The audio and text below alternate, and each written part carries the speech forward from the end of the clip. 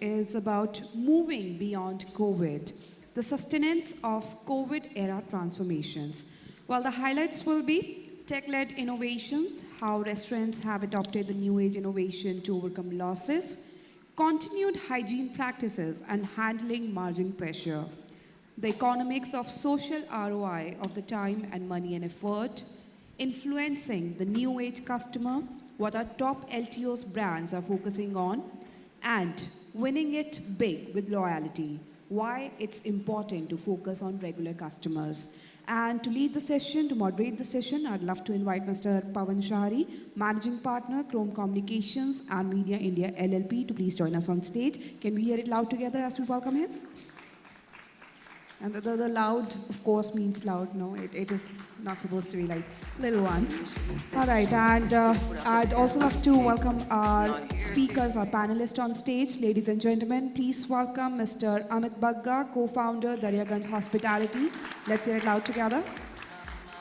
We'd love to welcome Mr. Thomas Fenn, co-founder, Mahabali, and member, Managing Committee, NRAI.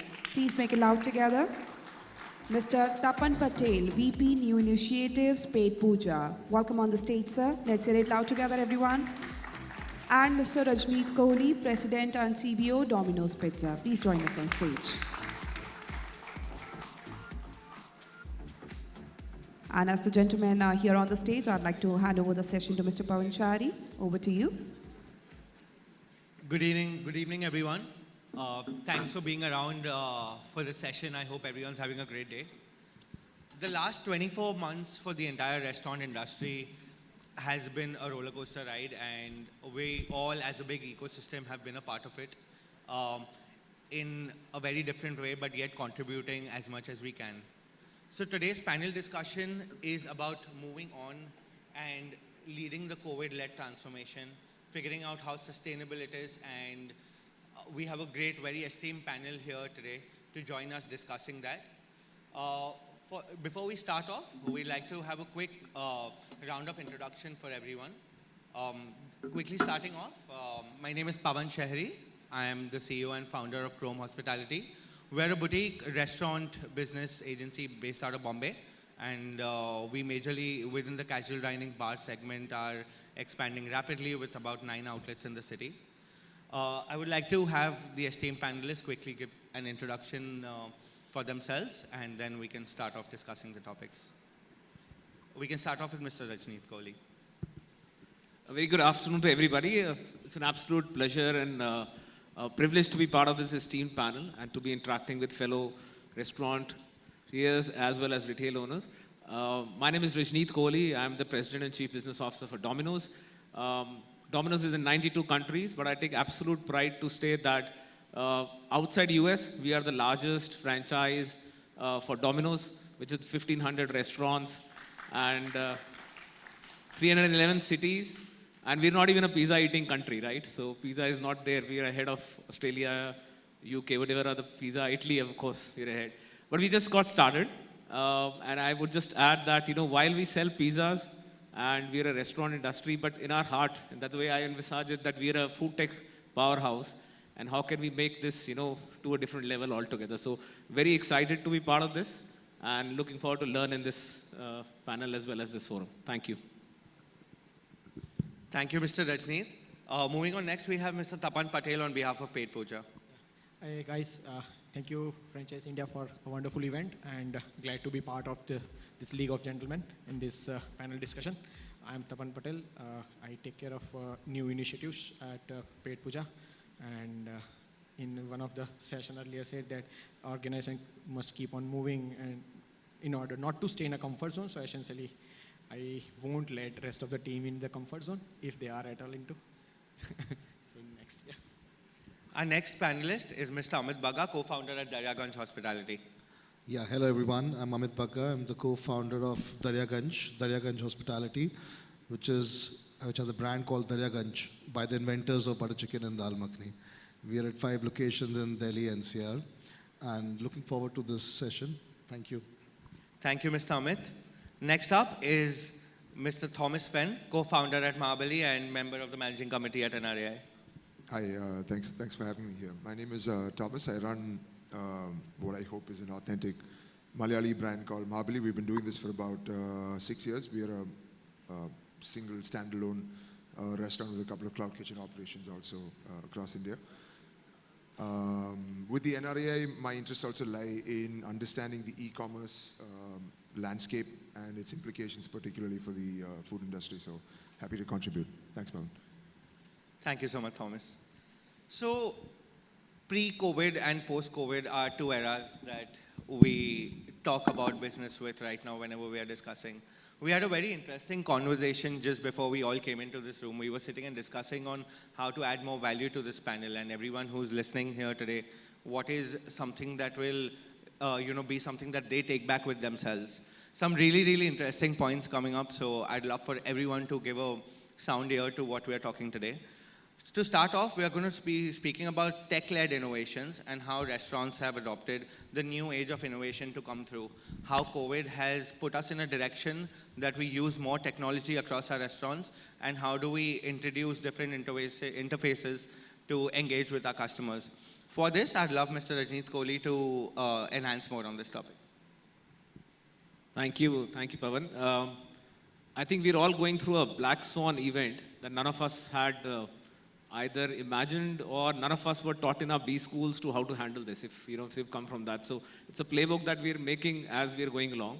But what this has done to all restaurant, and it was the hardest hit industry, has been the restaurant industry. The kind of lockdowns we had, the timing restrictions, dine-in was allowed very late. In a way, it's forced us to not only pivot our business, but also to really think through our business models. We've been forced to look at those choices of really remodeling our businesses. Technology and data, comes, from our Domino's perspective, I would say it just is very, very natural to us. We keep customer in the center of everything, and I think that is what the entire restaurant industry also does, right? Is keeping the customer in the center, and therefore all decisions that we take are basis that. I will talk about three things where technology-led innovations really impact us, how we are handling it, and if it makes any sense. So for example, what kind of data analytics, customer data analytics, is something that we are all driven by. There's a saying by, and I was saying outside, W. Edward Deming said, "In God we trust, rest all must bring data," right? So we are very, very paranoid about customers and what kind of data is coming through. So we have, of course, the POS data which is there, but then we have a huge data lake wherein we get all kind of consumer data in terms of what the customer is eating, what the customer is looking at, not saying ordering, but what is he looking at? I mean, how much time did he spend, and then how many swipes did he went down on our app? And therefore, what did he order? What kind of response did he have? On all of those parameters, we look at those. So we look at customers in different data points. Of course, is different cohorts of investment. For example, 6.2% of my customers give me 32% of the business. The next 9.9% of the customers give me 22%. So the 15% of the customers give me 55% of the business. So how am I going to tailor my response to the customer and make it happen? I'll give an interesting example of how we went about doing this with technology. I came up from a beverage industry. I have some colleagues here who are also from beverage industry. I was with Coca-Cola for 14 years. And we had this saying that you need to have at a beverage at an arm's length of desire. That was a very famous thing. That means whenever I need to put my hand, I should have the beverage. So I was thinking when I came here in a pizza company, I said, how can I make that happen? How can I get the customer to have pizza at any point of time? And I was traveling, I belong to Chandigarh, I was traveling on train, and the food in the trains, as you know, is not that great. So I challenged the team that how can we get, to deliver in trains? This is in 2018. And that's how we worked with IRCTC to really look at our tech, how we integrated in our app with IRCTC APIs. And all you need to do, if you have our app, you just go to deliver on train, you put your PNR number, and you give your choice of pizza and which station. And we'll deliver it to your seat on the train. Nothing else. You don't need to give your seat number, what it is. All you need to do is long press, deliver me on train, put your PNR number in, and that's it. So that's how we married technology to deliver on trains to that happen. But when COVID hit us, of course, the trains were not running, right? And we said, what can we do to pivot our model basis this? And that's what we launched when the consumer data came, that customer wanted to go out, but they were very worried of entering into a restaurant, right? When things were easing out, but they were still worried. Restaurant mein jana hai, nahi jana hai, COVID ho jayega. And so I said, let's deliver it on the road. We don't have drive-throughs, unlike Burger King or KFC or McDonald's. But I said, but the government road is there, right? So we have drive and pick, where you go on our app, you say you want the pizza, in the next 15 minutes, if you're there at a spot, you get a spot there which you have to just press, I am here. And our guy will go out from the restaurant and deliver it to you in your car. You don't even have to come out of the car. So that's again a data. So I said, if you could deliver it on train, why can't you deliver it on the road, to the customer itself? So going where the customer is all coming from insights from the data. The other length is, of course, is on product side, where we look at product, when I say is our own app. We look at data from our app and say, how many customers, for example, I'll just give you some numbers. 76% of our customers order through Android, 12% through PWA, 10% only through iOS, and 2% through desktop. So for each of these levels, when the data is flowing in, you need to see what you need to do that conversion happening to your business. So just sharing that, and then of course third leg is in terms of how you get innovation and technology into your stores. How do you make the life of the store manager, the shift manager, the rider better? That's all our job is, all of us as a restaurant, nothing else. I know we can have glorified titles, but our job is to make the life of the guy in the store easier. And that's how we use data to make that happen. Well, I'm not a soothsayer, I'll end by saying that, but, and I don't have a crystal ball to say what the future will hold. But the only thing I can say in the company and leaders who are paranoid about customers and who are going to make sure that we marry customer expectations to technology, will not only strive, they are the ones who will lead this, thrive the change, right? They will be the ones who will drive the change. So I'm here to learn and happy to share which is there, but here to learn from all of you guys how can make it even better. Yeah, thanks. Thank you so much, Tapan. Basically, keeping our regular customers going with the brand for as long as possible and creating more loyalty is also about gaining customers at the same time, gaining the new age customer, figuring out what today's Gen X, Gen Z, Gen Y, all these terms that the internet has come up with, what do they need and how do our restaurants now influence them. So with that, we'll move on to Mr. Amit Baka from Daryaganj Hospitality, who's managed to keep this very affluent with his current brands. So let's hear from him more about influencing the new age customer and what are the top offerings that his brands put across to keep its customers engaged. Yes. Hi. So first of all, like Mr. Kohli was saying here, that yes, the focus has to be on the customer. And when we were developing this brand, Daryaganj, I had this thing in my mind that what can we do to make sure the customer, has the best experience.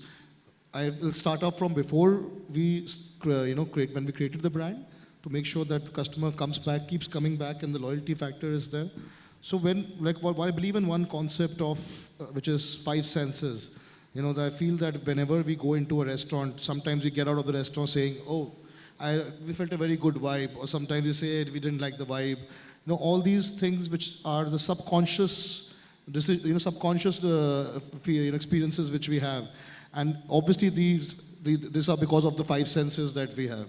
So when we were developing the concept, I okay, what can we do for every single sense? So when you enter the restaurant, what the customer sees, is it, pleasant enough? Like I made a mix of, retro elements because our brand has a legacy around it, bit of retro elements, then, plus some contemporary elements, then, sense of touch, what all, materials you touch when you sit at the restaurants. Touch was also the experience with the interaction with our team, how they will be dealing with the customer. Then your sense, your sense of your taste, which is the most important. What kind of food we are serving, this is going to appeal to them, and it should make them feel good about the food. Then the two very important ones which a lot of people miss is like the sense of hearing. So we developed a very special playlist which was handpicked by me, where the songs were very pleasant songs, feel-good songs, which were sung by new artists but were old elements, old songs. Then even the fragrance of the restaurant, when you enter, the moment you enter the restaurant, every single restaurant mine smells the same. That fragrance we developed was a fragrance which again is a very pleasant and gives a very feel-good feel factor to it. So all these 5 factors together, when you enter and experience the whole thing together, you will always get out of and say, oh, I had a very good experience, I had a good vibe in the place. So vibe is what comes from this. So first of all, if you have a good, a customer goes out of your restaurant saying, I had a good vibe about it, obviously he's going to come back. So that was very important. One first factor was this, that to make sure that this happens. And then, to keep them coming back, obviously it's very important to focus on these 5 things. And the most important is the food also. The food, the consistency of the food we have to maintain to make sure the customer keeps coming back. And the service, the experience is also very important. And how do we monitor that? So what we do is we track the NPS, the Net Promoter Score of our customers internally and externally as well. So we have a software where we track all the internal feedbacks. They get into go to the dashboard. Plus we have the external feedback with the APIs. With the APIs we get all those into one place. And when we have all these internal reviews in one place, we do a sentiment analysis. Whether, how many, like for example, we search how many people said service poor, service bad, or maybe say this dish not good, this dish bad. So we see the trend. If there's any trend, we find that, okay, one thing is being repeated more than a few times. That is where we pick up that problem and we go and deal with it. But apart from that, every individual bad review is flagged off to the restaurant's manager or the restaurant's chef to deal with them immediately. Once you do that, your recurring problems get sorted out. Only the random one-off problems come out, and then we deal with them. But also the team knows that we are watching, that they also on their toes all the time, that we can track it. So when we focus on the customer from their experience and also what they are saying and what they have noticed. In fact, I tell all my team that this is like your customers are your free auditors. They give you, they do an audit for you free and give you all the feedback. We should act on it. So, these things make sure that the customer keeps coming back.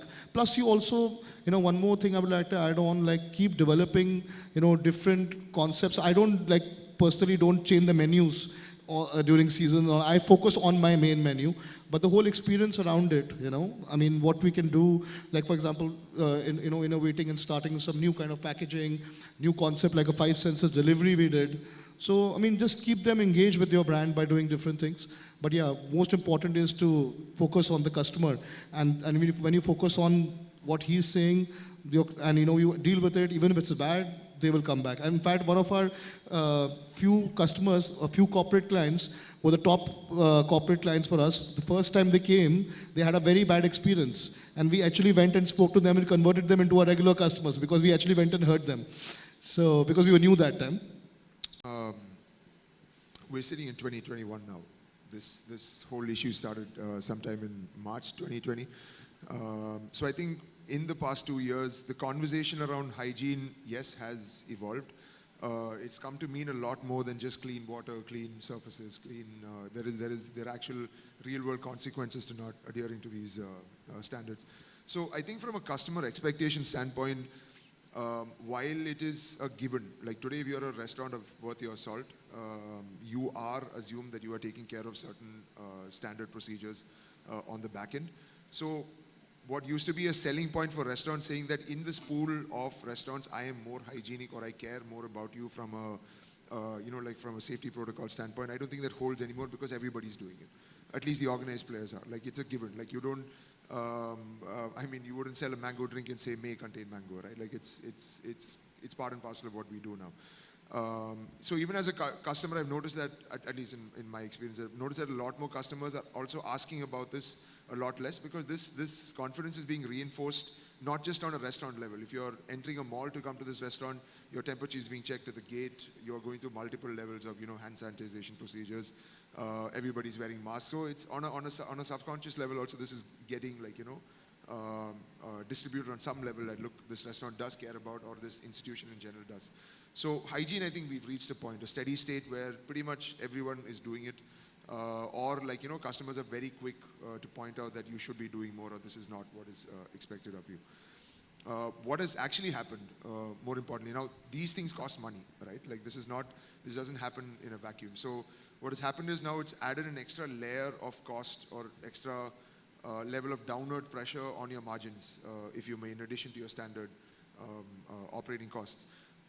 But this is part and parcel of the business. So a lot of restaurants have tried to absorb it as much as they can. But things that have not changed, unfortunately, is there are things that you cannot control. Like, for example, from a margin pressure standpoint, there are 4 things for any restaurant. This is true Whether you're a QSR, you're a fine dining restaurant, you're a premium casual dining, whatever it is. Even if you're selling chola kulcha from a thela, it's pretty much the same. Downward pressure of real estate. This has been incredible for all of us in the last 2 years, where our businesses are designed to make some money if we do and if we are lucky, when we hit at least 80% or 90% of occupancy, at least from a restaurant perspective. Number two is manpower costs. Obviously, there's been a lot of technology, like Rajit correctly pointed out, where it has been employed to kind of optimize, say, if I'm doing a task with 100 people, can I do the same task with 80 with the imposition of technology of sorts? So there's been a lot of money and time spent by companies to kind of, optimize manpower as a cost on this front. Number three is, which I don't think anybody's speaking about it enough, is there's an incredible amount of rise in inflationary prices. LPG is going up, cost of food is going up. Customers don't have the disposable income that they once did to spend on something as discretionary as eating out, because salaries have dropped, people are taking pay cuts, people have moved away from metro cities towards, like tier 2 cities in light of this working from home situation. So inflation is real. So we are caught in this no man's land where any sort of economic rationale would dictate that you should increase price. But at the same time, you're also being met by a customer who does not have the capability to maybe, pay more. So this is where we are. And in addition to this, I would say, correct me if I'm wrong, 50 to 60%, at least for a restaurant who operates with dine-in revenues also. If you take a sum total of the revenue pie, I would say anywhere between 40 to 60%, depending on how good you are, comes from deliveries right now. So this is not a choice. Again, whether you want to deliver or not, it's taken a pretty significant piece of that pie, which means that aggregators like Zomato, Swiggy, and the like also have a very, very strong downward control on your margins per se, because you're giving them a cut of every single sale that you do on this platform. So right now, I think most of us are tired about talking about survival now. It's been 15 months to almost 2 years. So where I think we're trying to make sense out of all of this is to can we rationalize real estate cost? B, can we optimize manpower to a point where we are using manpower where it is necessary? We're using it in the most efficient manner possible. Because what has also happened as a result of the pandemic is now larger companies come from a place of strength when they build technology. They have the resources necessary, they have the teams necessary to build these capabilities in-house. With restaurants like us, which have just one outlet or two outlets or three for that matter, there's been a lot of spur in the technology space to kind of break this down into plug-and-play systems such as Paid Puja, such as DotPay, such as Thrive, functioning as, these little things which they do really well, which also becomes accessible to restaurant owners like us who would like to be tech forward but often don't have the means and more importantly the capabilities to do so. I'm not a coder, Amit's not, very few of us actually operate on the technology space. Number three is we've started renegotiating our relationship with these aggregators, either through better distribution of what they do, holding them accountable for the services that they give us and charge us a fair price. There's been a lot of action in ordering direct, which I recommend every restaurant to do. It's the best way for you to build relationships with your customers, without this middleman in between. Throughout all of them, I was noticing that every single person on this panel spoke about data. And the funny thing is that if you sell on an aggregator today, you don't get any data. You don't know who your customer is, how many times he orders, what is his preference, where he lives. And it doesn't have to be identifiable, but we don't have actionable data that we can actually improve our services upon. So this is where we are, and I think the restaurant industry as such, I think this is the direction it is going to take. It is going to try and negotiate with these parameters to kind of rationalize wherever we can, and we hope to see the other side of this.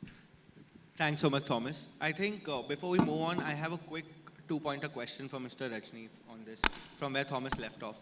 Sir, what we want to know is, number one, on the margins, post-COVID, are the margins hit, because you're working on a pan-India level, Domino's has 1,500 outlets, we were talking earlier, and on your overall number scenario, point number one is, are the margins hit or are you getting back there? And part number two, are the numbers back to pre-COVID, or are they still, getting there on its way? How is it? Please help us. Thank you. It's a very important question. I think, Thomas, where you left is a very pertinent point. Three things are real, right? One is inflation is real and it's going to go up only. LPG costs, we're all in restaurant business, LPG costs gone up, right? Whoever is in delivery business, petrol, diesel, all going up, right? Second, every of an ingredient is going up. Whether I talk about, in our case, in cheese, dairy, it's going up. The packaging, the boxes that we given, that's gone up 3x, right? The palm kernel oil and everything that we use is gone up. So this is real. Second is manpower. Everybody is delivering everything that we never used to order at home, Farm Easy to now Instamart, to Grofers, to Big Bazaar, Milk Basket. Same set of pool of riders, so manpower is going to be a real issue, right? वो light बंद होने लगी जो extra चलती थी. Because he owned the restaurant and we didn't have to close any restaurant. The calls we took together, another one, and I know it's a hard one and a lot of people in the room will not agree, is that we actually shut down 109 restaurants. Not because we wanted to and loss हो रहा था या कुछ है. We shut it down because there was a loss making. They were mostly in food courts and mostly educational institutes and places which are still not opened. And instead of 109 stores we closed last year, we actually opened 134 store new. So we actually added 25 more stores. So promise to the teams and nobody will be let off. So we as restaurant, we have to take hard calls on these things, right? We can't be so emotional. I know we are emotional. I'm very passionate. I'm very emotional about people. But it's a call that you have to take. It's the people or is it the restaurant physical body you want to take? So I chose people. I said, ये बंदे तो रखने हैं, ये बंदे, इनकी जगह ये restaurant नहीं, better restaurant देना है, which will turn up more.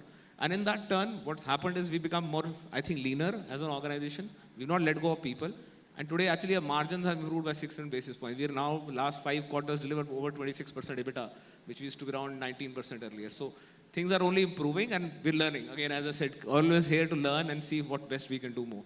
Yeah. Thank you so much, Mr. Rajneet. So one word to take back today for me at least is Uberization of manpower.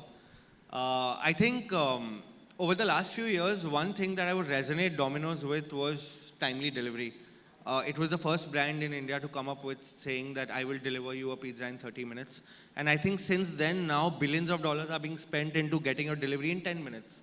So the last question for the panel today, leading on to COVID-led transformation in tech, what is everyone's state point on the 10-minute delivery business?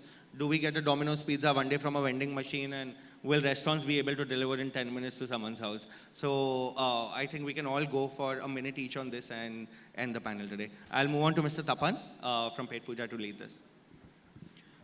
Honestly, I mean, for delivering within 10 minutes for a restaurant, I believe it's a practically impossible task because essentially, restaurants are not meant to deliver.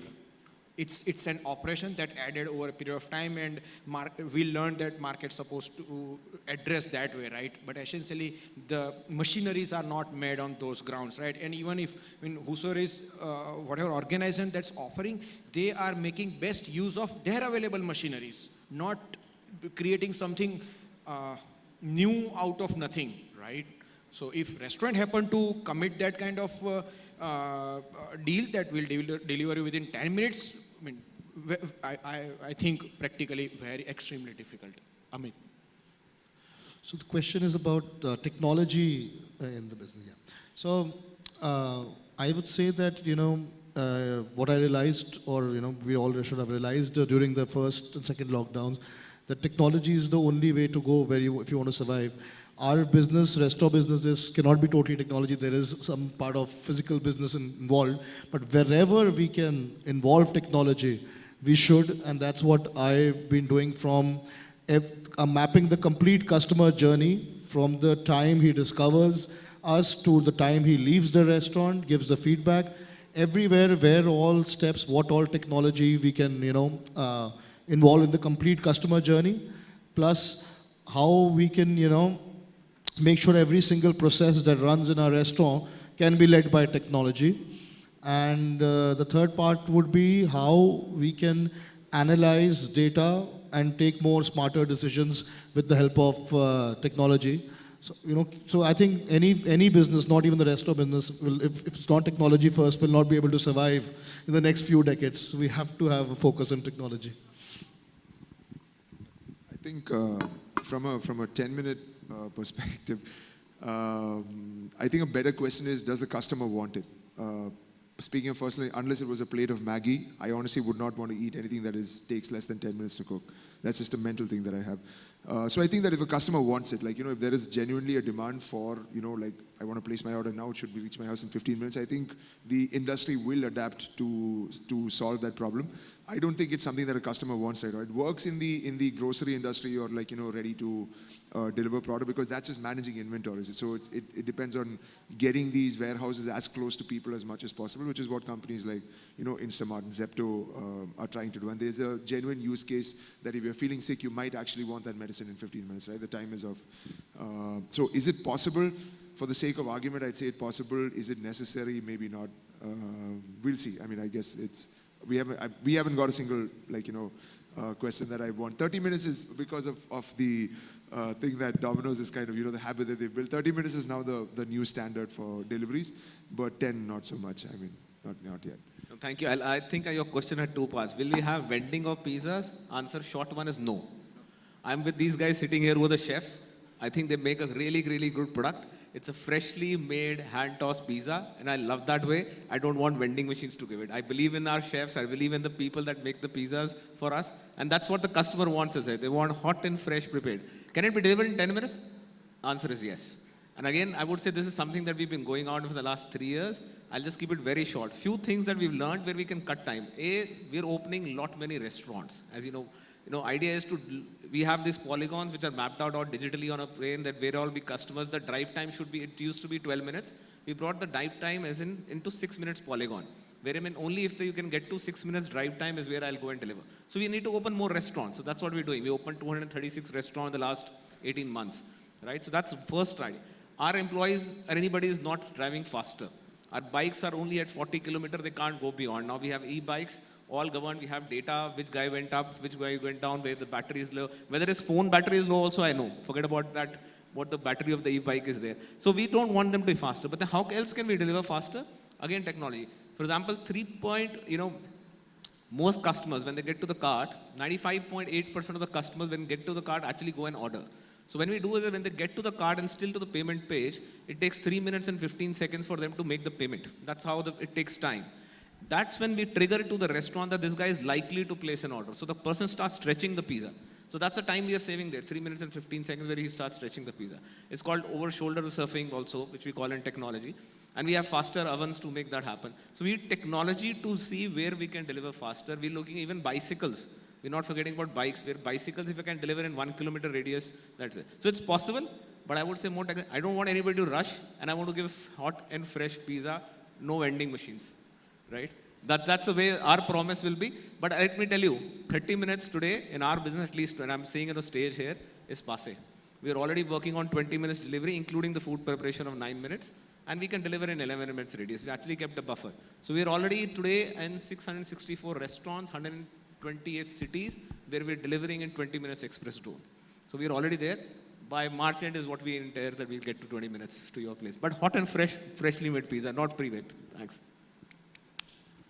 Well, that sure was a fun-filled session, we'd like to call I it. think the closing statement for today will be that in future, when the pizza reaches you at 10 minutes, it was discussed first on this panel. Thank you so much. Thank you, the esteemed panelists. Thank you. Thank you for being a wonderful I think we can take audience. one or two questions if the audience has any. We can take a few questions. All right, we are taking the questions offline in that case. Well, I'd like to thank our panelists. Thank you to our moderator as well. Thank you. Ladies and gentlemen, I think we should have a bigger applaud for them because, we've got to know so much. We've got to learn so much from these guys. So thank you. And I request the ladies to please get the mementos on stage.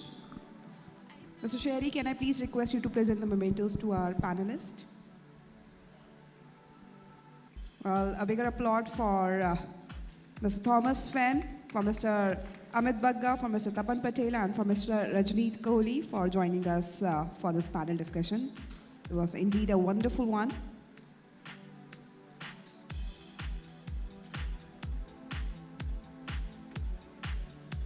And I'd request Nusra. Nusra, please join us on stage to present the memento to Mr. Sherry.